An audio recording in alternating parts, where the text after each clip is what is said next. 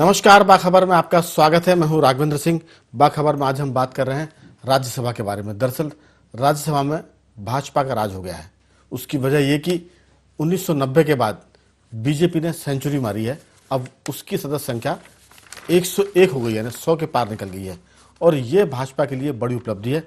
32 साल में यह पहला अवसर है जब बीजेपी के सदस्यों की संख्या राज्यसभा में 100 के पार हुई है। तो ये जो शतक का आंकड़ा है, ये कहीं ना कहीं बीजेपी को उस तरफ ले जाने की तरफ इशारा करता है जब देश के जरूरी कानूनों में वो बदलाव कर सकती है। जरूरी बिल को वो राज्यसभा से पारित कर सकती है। लोकसभा से तो वो बहुमत के नाते हर बिल को पारित करवाती थी, लेकिन नेतृत्व को शंका होती थी कि राज्यसभा में अगर बिल गिर गया तो सरकार संकट में पड़ जाएगी। अलग बात है कि जो उसके सहयोगी दल हैं उनको मिलाकर बीजेपी की संख्या 116 के आसपास हो जाती है और भाजपा के लिए बहुमत चाहिए 121। तो कह सकते हैं कि 5-7 सीटें कम हैं जो आने वाले चुनाव में कम ज़्यादा हो सकती है, लेकिन भाजपा ने बड़ा काम कर लिया है और इसके साथ कह सकते हैं कि बहुत सारे ऐसे मार्ग प्रशस्त हो गए जहां वो कानून को बदलने के मामले में चर्चा कर सकते हैं, उसको पारित करवा सकते हैं। इसलिए भी ये ज़रूरी है क्योंकि बीजेपी ने बहुत सारे उन मुद्दों को जनता के सामने चुनाव में वादे के रूप में रखा था कि वो समान नागरिक संहिता लेकर आएंगे, जनसंख्या नियंत्रण बिल पर भी वो बात करेंगे, लेकिन बहुत सारी बातें राज्यसभा में संकट यानी समर्थन या बहुमत का संकट होने से नहीं हो पाती थी। इस महत्वपूर्ण मुद्दे पर हम चर्चा करेंगे विस्तार से। हमारे साथ भाजपा के राज्यसभा सदस्य दिल्ली से जुड़ गए हैं अजय प्रताप सिंह जी। अजय जी, आपका बहुत बहुत स्वागत है। और स्टूडियो हमारे साथ है वरिष्ठ पत्रकार रमेश शर्मा जी। अजय जी, मेरी आवाज आ रही है आप तक? बिल्कुल आ रही है। दरअसल बीजेपी का एक सपना था कि वो राज्यसभा में बहुमत हासिल करे और उसके चलते वो बहुत से कामों को करा सके जो कानून बनाने में मददगार होते हैं। हालांकि आंकड़े से, बहुमत के आंकड़े से थोड़ा पीछे है, लेकिन जो उसके सहयोगी दल हैं उसकी वजह से उसका आंकड़ा 116 के आसपास पहुंच गया है। क्या लगता है जो 101 का जो शतक मारा है बीजेपी ने, अब आने वाले दिनों में पेचीदगी भरे जो कानून थे उनको बनाने में मदद मिलेगी? आपकी राय? राघवेंद्र जी, एक भारतीय जनता पार्टी के कार्यकर्ता होने के नाते जी ये अवसर मेरे लिए बहुत खुशी का अवसर है। और आज राज्यसभा में भारतीय जनता पार्टी के सदस्यों की संख्या जैसा आप दिखा रहे 101 हो गई है और एनडीए की संख्या 120 है जी। ये जो संख्या बल है हमको ऊर्जा भी देता है और ताकत भी देता है। एक लंबे समय से बहुत सारे ऐसे कोर इशू थे जिनको हम हल करना चाहते थे, लेकिन संख्या बल ना होने के कारण हम उस पर प्रभावी कार्रवाई नहीं कर पा रहे थे। यद्यपि हमने फ्लोर मैनेजमेंट के माध्यम से धारा 370 हटाने जैसा कठिन काम किया था, लेकिन अभी भी समान नागरिक संहिता, election reform, land reform, administrative reform, judicial reform, ऐसे कई महत्वपूर्ण विषय हैं जो देश के लिए बहुत जरूरी हैं, वो अभी भी लंबित है। और राज्यसभा में बहुमत होने के पश्चात इस दिशा में हम बड़े ठोस तरीके से कदम बढ़ा सकेंगे और इन रिफॉर्म को भी लागू कर सकेंगे। लेकिन एक बात है, अभी तक जो आपने जादुई आंका था राज्यसभा में, वो सहयोगी दलों के अलावा शिवसेना का भी आपके साथ थी, लेकिन शिवसेना ने भी आपको मदद की है। तो इसका मतलब ये मान सकते हैं कि आने वाले दिनों में जो राष्ट्रीय हित से जुड़े मुद्दे हैं जो देश की राजनीति को बदल सकते हैं, उनमें क्या शिवसेना जैसी पार्टी का समर्थन आपको मिल पाएगा? अभी वो स्थितियां हैं अजय जी? अब ये तो शिवसेना के नेताओं के विवेक पर मैं छोड़ता हूं। शिवसेना की आइडियोलॉजी दूसरी है, लेकिन तात्कालिक सत्ता के लिए उन्होंने समझौता किया हुआ है। मुझे ऐसा लगता है कि जो देश हित के मुद्दे हैं उसमें शिवसेना हमारा समर्थन करने के लिए बाध्य है, और अगर समर्थन नहीं करेगी, हमारे साथ कदम ताल नहीं करेगी, तो शिवसेना भारत की राजनीति में इररिलेवेंट हो जाएगी। बिल्कुल, ये भी एक बड़ी बात है कि अगर वो राष्ट्रवाद के मुद्दे पर भाजपा के साथ नहीं होती है तो उसकी प्रासंगिकता पर भी सवाल खड़े होंगे। मैं आपके पास लौटूंगा अजय जी। हमारे साथ टेलीफोन लाइन पर मध्य प्रदेश के वरिष्ठ पत्रकार जयराम शुक्ल भी जुड़ गए हैं। जयराम जी, आपका बहुत बहुत स्वागत है। जी जी नमस्कार। बीजेपी की जो अपनी सदस्य संख्या है राज्यसभा में वो 101 हो गई है। 1990 के बाद यानी 32 साल के बाद ये पहला मौका जब बीजेपी कह सकते हैं कि 3 अंक में आई है और उसने सेंचुरी मारी है।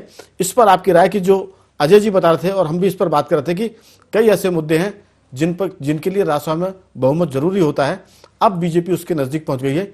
अगर हम एनडीए की बात करें, हालांकि अभी भी वो बहुमत से थोड़ा सा पीछे है, 121-22 के करीब बहुमत की संख्या आंकड़ा है, लेकिन उसके बहुत नजदीक वो पहुंच गए। आपकी राय?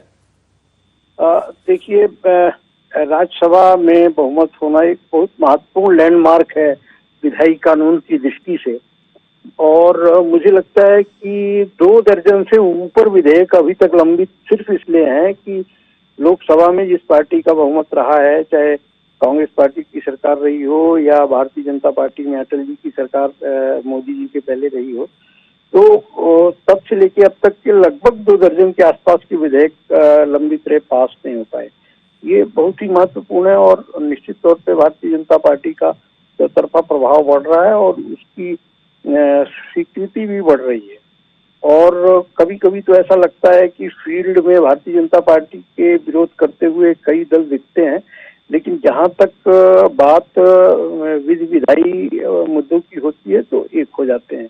जैसे मुझे एक लगता है कि कॉमन सिविल कोड है, नागरिक संहिता है, जो इस तरीके के जो चर्चित विधेयक हैं वो पास हो जाने चाहिए और उसके लिए बड़ा अनुकूल अवसर है।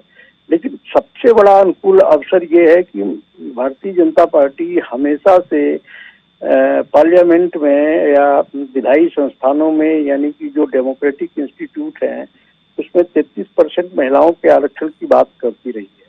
कांग्रेस पार्टी भी करती रही है, लेकिन न तो कांग्रेस पार्टी के जमाने में उसको निर्णायक बहुमत प्राप्त था और न तो भारतीय जनता पार्टी को निर्णायक बहुमत प्राप्त था। तो एक ये बड़ा महत्वपूर्ण अवसर है कि जो 33% महिलाओं को प्रतिनिधित्व देने का डेमोक्रेटिक इंस्टीट्यूट में, यानी कि विधानसभा और लोकसभा में, उसको भी पास कराने का एक अच्छा अवसर होगा और इससे नियत भी स्पष्ट हो जाएगी। मैं ये भी कहना चाहता हूँ कि कहना कुछ और करना कुछ, ये भी स्पष्ट हो जाएगा।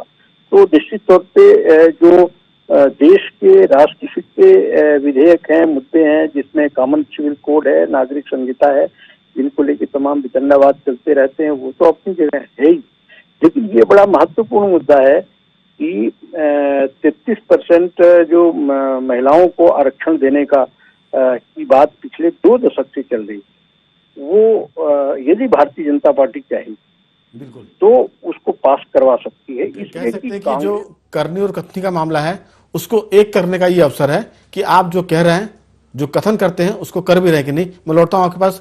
रमेश शर्मा जी, जो आंकड़ा हमारे पास है वो ये कि 101 भाजपा के राज्यसभा सदस्य, 29 कांग्रेस के हैं, 13 सदस्य टीएमसी के हैं यानी तृणमूल कांग्रेस के हैं, और 8 सदस्य आप पार्टी के हैं और 10 डीएमके के हैं। इसके अलावा अगर हम अन्य की बात करें तो ये बड़ा एक आंकड़ा है, 84 सदस्य जो हैं वो अन्य पार्टी के हैं। तो आंकड़ों की अगर हम बात करें तो बीजेपी बहुमत के बहुत करीब पहुंच चुकी है। एनडीए की बात करें और उसके जो समर्थक दल है शिवसेना, जैसा अजय प्रताप जी बताते कि शिवसेना की जो विचारधारा है, उस विचारधारा के चलते उसको राष्ट्रवादी मुद्दों पर भाजपा का समर्थन करना पड़ेगा, जैसे उसने 370 के मामले में किया था। तो मेरे ख्याल से जो जनसंख्या नियंत्रण बिल है उस पर भी बीजेपी को इसका लाभ मिलेगा। कॉमन सिविल कोड यानी समान नागरिक संहिता की जो बात है, इस पर ये 2-3 बड़े ऐसे मुद्दे हैं जिन पर भाजपा को ये साबित करने का मौका है कि जो वो कहती है अवसर आने पर उसे वो करती भी है। मैं सिर्फ एक बात है इसमें और जोड़ूंगा, अटल बिहारी वाजपेयी जी ने कभी कहा था कि हम ये सब चीज़ों को लेकर आएंगे, सब चीज़ों पर कानून बनाएंगे, बशर्ते कि हमें लोकसभा में और राज्यसभा में पूर्ण बहुमत मिले। तो लोकसभा में तो सबको पता है कि पूर्ण बहुमत है, लेकिन राज्यसभा पर बीजेपी की गाड़ी थोड़ी सी अटकती थी। कहीं ना कहीं ये जो आज का दिन है वो उसकी गाड़ी को गति देगा, उसको अटकने की चीज़ों को रोकेगा। आपकी राय? निश्चित रूप से आपने ये बात ठीक कही है और भारतीय जनता पार्टी के लिए वाकई ये प्रसन्नता की बात है कि वो बहुमत के लगभग बहुमत पर के करीब पहुंच गए हैं। 123 सदस्य चाहिए। हाँ, तो 245 का सदन है राज्यसभा। हाँ, 120 करीब पहुंच गए हैं। और जहाँ तक शिवसेना का है कि ठीक है कि उन्होंने अपनी राजनीतिक जरूरत के लिए समझौता कुछ लोगों से कर लिया है, लेकिन शिवसेना के आंतरिक राष्ट्रभाव में हमको अभी संदेह नहीं करना चाहिए। शिवसेना का एनडी जो समझौता बने हैं महाराष्ट्र में, ये ठीक उसी प्रकार है कि जैसे एक समय भारतीय जनता पार्टी ने महबूबा मुफ्ती से समझौता कर लिया था कश्मीर में। तो कई बार ऐसे राजनीति में मोड़ आते हैं। तो शिवसेना भी का जो राजनीति रही है वो राष्ट्र और संस्कृति के लिए समर्पित राजनीति रही है। भारतीय जनता पार्टी को इस बहुमत की प्रसन्नता तो होनी ही चाहिए, लेकिन उनको अब ये सावधानी भी बरतनी चाहिए कि अब उनको जो राज्यसभा में या विधेयक लाएं वो कहीं ना कहीं राष्ट्रनीति और राजनीति इन दोनों में जो अंतर होता है, राष्ट्रनीति की जो घोषणाएं दीनदयाल जी के समय से भाजपा अब तक करती रही है, उस राजनीति को लेकर के कहीं ना कहीं उनको विधेयक लाने चाहिए। और वो अगर विधेयक सैद्धांतिक ला रहे हैं, उसमें जो ब्यूरोक्रेसी अपने प्रावधान जोड़ती है, मैं समझता हूं भारतीय जनता पार्टी के जनप्रतिनिधियों को उस पर सतर्क रहना पड़ेगा। मैं उदाहरण देना चाहता हूं कि जैसे मोदी जी जब बने थे प्रधानमंत्री तो भूमि अधिग्रहण बिल लेकर के आए थे। बिल का सिद्धांत और उसमें प्रावधान उन दोनों में बहुत अलग अलग था। तो स्वाभाविक रूप से कई बार जो ब्यूरोक्रेसी थोड़ी सी होशियारी करती है, भारतीय जनता पार्टी को इस बहुमत की प्रसन्नता के साथ में सावधानी की बरतने की जरूरत है और जनप्रतिनिधियों को जागरूक होने की जरूरत है। विधेयकों के जो मसौदे आते हैं देखने के लिए, मैं समझता हूं मंत्रिमंडल में भी उन पर विचार होना चाहिए। और जो जागरूक सांसद हैं, जैसे अजय प्रताप जी जागरूक सांसद हैं, और चूंकि वो पत्रिका मेरे ख्याल से ये चरैवेती से जुड़े रहे हैं तो थोड़ी पत्रकारिता का भाव भी उनमें जागरूकता का है। तो कुल मिलाकर के ऐसे सांसदों को विधेयक के मसौदों पर भी देखना चाहिए। और ये बहुत सुखद अवसर है कि 2024 से पहले जितने लंबित बिल हैं जो राष्ट्रहित के मुद्दे हैं, राजनीति होती रहेगी, आरक्षण के बिल होते रहेंगे, लेकिन जो राष्ट्र को प्राथमिकता के बिंदु हैं वो विधेयक आ जाने चाहिए। मैं समझता हूँ ये भाजपा के लिए भी हित में होगा। अजय जी, जहां तक आंकड़ों की बात है, 1988 में कांग्रेस के पास राज्यसभा में 108 सदस्य हुआ करते थे, लेकिन ये बात थी 1988 की। अगर इसके आगे हम बढ़ते हैं तो 2012-13 में कांग्रेस की सदस्य संख्या 108 से गिरकर 72 पर आ गई थी, और उसके बाद कांग्रेस के सदस्य लगातार इस हाउस से कम होते चले गए। तो अब जो संख्या है वो सबको पता है कि काफी कम हो गई है, 29 तक कांग्रेस पहुंच गई है, 84 तो अन्य है। जैसा रमेश शर्मा जी कह रहे थे कि इस पूरे मामले में बहुत सतर्क रहने की जरूरत है, क्योंकि कई बार नौकरशाही अपने हिसाब से जो सरकार में बैठे लोग होते हैं उनका माइंड चेंज करती है और कई चीज़ों को, विवादित चीज़ों को उस पर जुड़वा देती है। तो उसमें आप जैसे लोगों को सतर्क रहने की जरूरत है। आप इसमें अपनी क्या भूमिका देखते हैं? हमारे प्रधानमंत्री आदरणीय नरेंद्र मोदी जी इस समय देश के निर्विवाद नेता हैं, जो जन भावनाओं को अच्छी तरीके से समझते हैं और उसके अनुकूल ही नीति बनाते हैं, निर्णय करते हैं। मुझे नहीं लगता है कि चाहे कितनी भी शक्तिशाली नौकरशाही हो, नरेंद्र मोदी जी को अपने इरादों से विचलित कर सके। और आपने जो सलाह दी है, हम लोग भी सतर्क हैं, हम भी सारे मामलों को बड़ी गंभीरता से नजर रखते हैं और जो हमारा फोरम है उस फोरम पर विचार विमर्श भी करते हैं, सलाह देते हैं। और आपने अपने चैनल के माध्यम से और रमेश शर्मा जी ने भी इस बहस में भाग लेते हुए हम लोगों को उस तरफ सजग किया है, इसके लिए मैं धन्यवाद देता हूं। आप निश्चिंत रहिए कि भारतीय जनता पार्टी की प्राथमिकता राष्ट्रनीति है और राष्ट्रनीति की दिशा में हम कभी भी किसी भी तरीके का समझौता नहीं करेंगे। चलिए, ये जो आपकी भावना है ये कहीं ना कहीं बीजेपी की भावना को ही सार्वजनिक करती है। मैं लौटूंगा आपके पास। जयराम शुक्ल जी, जो हमारे पास जानकारी वो ये कि हाल ही 6 राज्यों में राज्यसभा की 13 सीटों पर चुनाव हुए थे। उसमें असम की 2 सीटें, हिमाचल की 1, केरल की 3 और नागालैंड में 1 और त्रिपुरा में 1 और पंजाब की 5 सीटें। यहां पर भाजपा ने पंजाब से अपनी 1 सीट खो दी है। बाकी जगह हम नॉर्थ ईस्ट की बात करें, पूर्वोत्तर की बात करें तो बीजेपी ने वहां बढ़त बनाई और अपने राज्यसभा में भी जो लीडर है उनको भेजने का खाता खोला है। इस तरह कह सकते हैं कि बीजेपी कांग्रेस के बाद ऐसी पार्टी बन रही है जो देश भर में लोकसभा के बाद राज्यसभा में अपने प्रतिनिधि भेजने में सफल हो पा रही है। तो इसको आप किस ढंग से देखते हैं? पार्टी राष्ट्रवाद की बात तो करती है, लेकिन अब उसके जो नेतृत्व के चीजें हैं, जो प्रतिनिधि है, वो देश भर के क्षेत्रों से होकर राज्यसभा में पहुंच रहे हैं, लोकसभा में जा रहे हैं। इस पर आपका नजरिया? देखिए, एक तो ये बड़ी बात है कि भारतीय जनता पार्टी का एक राष्ट्रव्यापी प्रभाव दिखता है। माने राज्यसभा में बहुमत होने का मतलब एक राष्ट्रव्यापी प्रभाव को प्रकट करने वाला है। अभी यद्यपि आने वाले 2-3 महीनों के भीतर फिर चुनाव होंगे और मुझे लगता है 2 दर्जन सीटों पर चुनाव होंगे, लेकिन फिर भी भारतीय जनता पार्टी कंफर्टेबल स्थिति में रहने वाली है। मतलब जो स्थितियां हैं इससे नीचे नहीं जाएगी। अब लेकिन ये जिम्मेदारी की स्थिति ये है, जैसे कि रमेश शर्मा जी ने भी कहा कि बहुत ही सोच समझ के राजनीति और राष्ट्रनीति पर इन सब पे बारीकी तरीके से देखना पड़ेगा। एक तो क्या है कि जो राष्ट्र सर्वोपरि की बात भारतीय जनता पार्टी हमेशा करती रही है और उसके एजेंडे में कॉमन सिविल कोड और जनसंख्या नियंत्रण का जो कानून है ये उसकी सर्वोच्च प्राथमिकता में था। लेकिन जैसा कि मैंने पिछली बार भी कहा, ये जो महिला आरक्षण विधेयक है डेमोक्रेटिक इंस्टीट्यूट में, संवैधानिक ये लोकतांत्रिक संस्थाओं में, विधानसभा में, विधान परिषद और लोकसभा राज्यसभा में, ये बड़ा महत्वपूर्ण है। क्योंकि आप जानेंगे कि पाकिस्तान में, बांग्लादेश में, लंका में, इवन मैं अभी पढ़ रहा था तो एक अफ्रीकन देशों में, इवन कांगो वगैरह में, कांगो जैसे देशों में महिलाओं का प्रतिनिधित्व बहुत अच्छा है। अफ्रीकी देश में तो एक देश है, मुझे ध्यान नहीं आ रहा, लेकिन वहाँ 60% महिलाओं का प्रतिनिधित्व है। बांग्लादेश में महिलाओं का प्रतिनिधित्व हमारे यहाँ से ज्यादा है। हमारे यहाँ 11 से 12% का प्रतिनिधित्व महिलाओं का है। पाकिस्तान में 13 से 14% का प्रतिनिधित्व है। 16-17% का प्रतिनिधित्व श्रीलंका में है।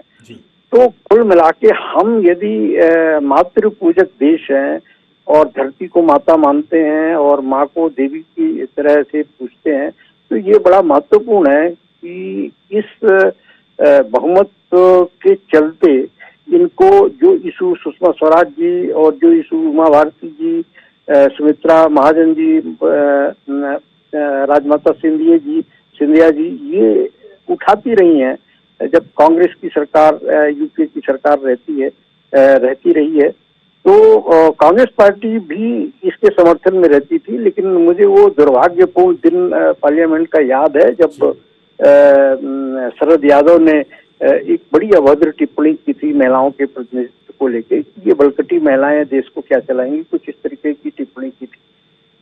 ये नवरात्रि का पर्व बस कल से ही शुरू होने वाला है और ये ऐसा वातावरण है कि कॉमन सिविल कोड, जनसंख्या नियंत्रण बिल, ये तो ठीक है, राष्ट्रहित के हैं, लेकिन ये महिला आरक्षण विधेयक इस कसौटी को तय करेगा कि हम जो कहते हैं वो करते हैं।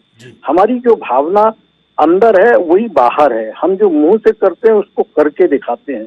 तो ये बड़ा महत्वपूर्ण है और इसको इशू बनाना चाहिए और ये इशू बनेगा। बिल्कुल, क्योंकि उत्तर प्रदेश में भले ही जोड़ देता हूं कि मध्य प्रदेश में तो स्थानीय निकायों में 33% का आरक्षण है महिलाओं के लिए। शुक्ला जी, मेरी आवाज सुन पा रहे हैं शुक्ला जी?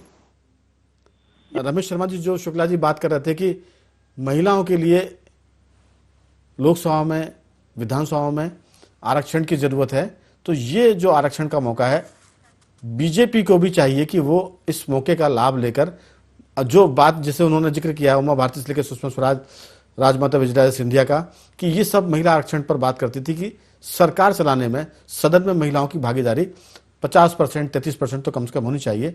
मध्य प्रदेश में तो स्थानीय निकायों में ये आंकड़ा है कि 33% महिलाओं को आरक्षण मिला है पार्षदों के इलेक्शन में। लेकिन जहां तक बात अब निकल कर आ रही कि लोकसभा में, विधानसभा में भी ये बात होनी चाहिए, तो ये मौका है ये जताने का कि हम जो कहते हैं वो करते भी हैं। तो मेरे ख्याल से इससे पार्टी का जो एक कैरेक्टर है वो भी साबित होगा कि वो सच में वही बातें, भले कठिन हो लेकिन मौका आने पर बीजेपी उस पर अमल करती है। आपका इसमें क्या कहना है? रूप से ये विधेयक पिछले 3 साल से पड़ा हुआ है और ये विधेयक अगर पारित करती है तो स्वाभाविक रूप से महिलाओं में, चूंकि कुछ उन्होंने जो निर्णय लिए हैं जैसे 3 तलाक का निर्णय है और जो निर्णय लिए हैं उसमें महिलाओं में लोकप्रियता बढ़ी है भारतीय जनता पार्टी की। और अगर ये विधेयक भी लेकर के आते हैं तो निश्चित रूप से ये इनको लाभ करेगा। लेकिन इसके साथ साथ राघवेंद्र जी एक और वो बहुत ज़रूरी बात है, कुछ चीज़ हैं जो लोगों की चर्चा में नहीं होती, लेकिन कुछ ऐसे कानून भारत में हैं, जैसे आरक्षण की अगर बात चल रही है तो आरक्षण में जो सामान्य वर्ग के बच्चों को जो छात्रवृत्ति का प्रावधान है उसमें जो आय की सीमा है वो 1 लाख रुपए साल है। और अल्पसंख्यकों को जो आय की सीमा है सामान्य वर्ग के, मैं पिछड़े वर्ग के या अनुसूचित जाति वर्ग या जनजाति वर्ग की बात नहीं कर रहा हूं, सामान्य वर्ग का जो अल्पसंख्यक बच्चा है उसको अगर छात्रवृत्ति देगी सरकार तो उसमें जो प्रावधान है वो 5 लाख रुपए का न्यूनतम आय और सामान्य वर्ग को 1 लाख। तो कहीं ना कहीं ये जो कानून के प्रावधान है इसमें भी थोड़ी सी समानता पर सरकार को नए सिरे से विचार किया जाना चाहिए। क्योंकि अब तक की जो सरकारें रही हैं, स्वाभाविक रूप से स्वतंत्रता के बाद जो हमारी सरकारें रही हैं वो कहने के लिए तो स्वतंत्र थी, लेकिन उनके अधिकांश कानून और उनका जो काम करने का सिस्टम था वो ब्रिटिश सिस्टम के आधार पर था। जिस तरीके से 1934 में अंग्रेजों ने ये विभाजन की रेखा खींची थी कि अल्पसंख्यक के कुछ कानून अलग हैं और बहुसंख्यक के कानून अलग हैं, वो फिर उन्होंने अल्पसंख्यक और बहुसंख्यक में संख्यागत तो अंग्रेजों उसको लागू नहीं किया था, उन्होंने धर्मगत लागू किया था। आज 9 स्टेट में हिंदू अल्पसंख्यक में है, अल्पसंख्यक है, लेकिन अल्पसंख्यक हितों के कानून उन स्टेटों पर उसको लागू नहीं होते। ये जो इस तरह के कुछ आवश्यक विधेयक हैं और राज्यसभा में बहुमत होने के साथ मैं समझता हूं भारतीय जनता पार्टी को अपनी कुछ एक ऐसा सिस्टम बनाना चाहिए जो कहीं ना कहीं ब्यूरोक्रेसी से अलग हट करके सांसदों के स्तर पर या भारतीय जनता पार्टी के जो बुद्धिजीवी हों उनके इस स्तर पर इन सारे कानूनों का अध्ययन हो और सारे कानूनों के अध्ययन के साथ जो राष्ट्रहित में जो संशोधन हो सकते हैं, इसमें राजनीति से ऊपर उठ करके विचार होना चाहिए। जो राष्ट्रहित में और समाज हित में जो संशोधन हो सकते हैं उन पर वो विचार करें और विचार करके उन संशोधनों को, मैं समझता हूं इनके पास अभी समय है और मैं समझता हूं 2024 के पहले आपके माध्यम से, चैनल के माध्यम से मैं भारतीय जनता पार्टी को सुझाव देना चाहता हूं, इस बीच में बिना विलंब किए हुए इन समीक्षा, राजनीतिक स्तर पर इन विधेयकों की समीक्षा हो, ब्यूरोक्रेसी के स्तर पर इनकी समीक्षा ना हो। राज्यसभा के इस बहुमत का लाभ अगर भारतीय जनता पार्टी उठाती है तो मैं समझता हूं इसका लाभ उनको भी मिलेगा और देशवासियों को भी इसका लाभ मिलेगा। अजय जी, फिर भूमिका आपकी तरफ जाती है, जो कहा कि सामान्य वर्ग के जो लोग हैं, गरीब हैं, उनको छात्रवृत्ति का मामला, और अगर किसी राज्यों में अल्पसंख्यकों में मुस्लिम के अलावा दूसरे वर्ग आते तो उनको भी अल्पसंख्यक का दर्जा मिलना चाहिए। हालांकि ये अल्पसंख्यक दर्जे की बात चल रही है कि जिन जिन राज्यों में हिंदू की संख्या कम है, चाहे वो नॉर्थ ईस्ट की बात हो या कश्मीर की बात हो, वहाँ हिंदुओं को अल्पसंख्यक का दर्जा मिले। लेकिन रमेश जी ने एक इसमें महत्वपूर्ण बात जोड़ी कि जो छात्र गरीब हैं लेकिन सामान्य वर्ग से आते हैं उनको छात्रवृत्ति के मामले में भी संशोधन करना चाहिए। इसमें आरक्षण की बात कहीं नहीं आती है और ना इसमें किसी को कोई नुकसान होता है। यहाँ भूमिका होती है आप जैसे सांसदों की जो इस पर काम भी करते हैं और चिंतन भी करते हैं। अजय जी। रमेश शर्मा जी ने बहुत प्रासंगिक विषय उठाया है और उनके द्वारा उठाए गए विषय से मैं पूर्णतः सहमत हूँ, लेकिन हमको यह भी स्मरण करना चाहिए कि ये मोदी सरकार ही है जिसने पहल करके सामान्य वर्ग को 10% आरक्षण दिया है शैक्षणिक संस्थानों में और नौकरियों में। इसलिए ये जो उन्होंने आय वर्ग में जो विभेद है उसको दूर करने की तरफ ध्यान आकृष्ट किया है, मेरा भी प्रयास रहेगा और मैं समझता हूँ आपके चैनल के माध्यम से सरकार के भी जो कर्ता धर्ता हैं उनका भी ध्यान आकृष्ट होगा और इस विसंगति को दूर करेंगे। चलिए, रही बात कानून बनाने की, रही बात कानून बनाने की, तो मैं आदरणीय रमेश शर्मा जी को आश्वस्त करना चाहता हूं कि लोकसभा राज्यसभा में कानून बनाने की एक विहित प्रक्रिया है और उस विहित प्रक्रिया के तहत दोनों सदनों में तो गहन चर्चा होती है।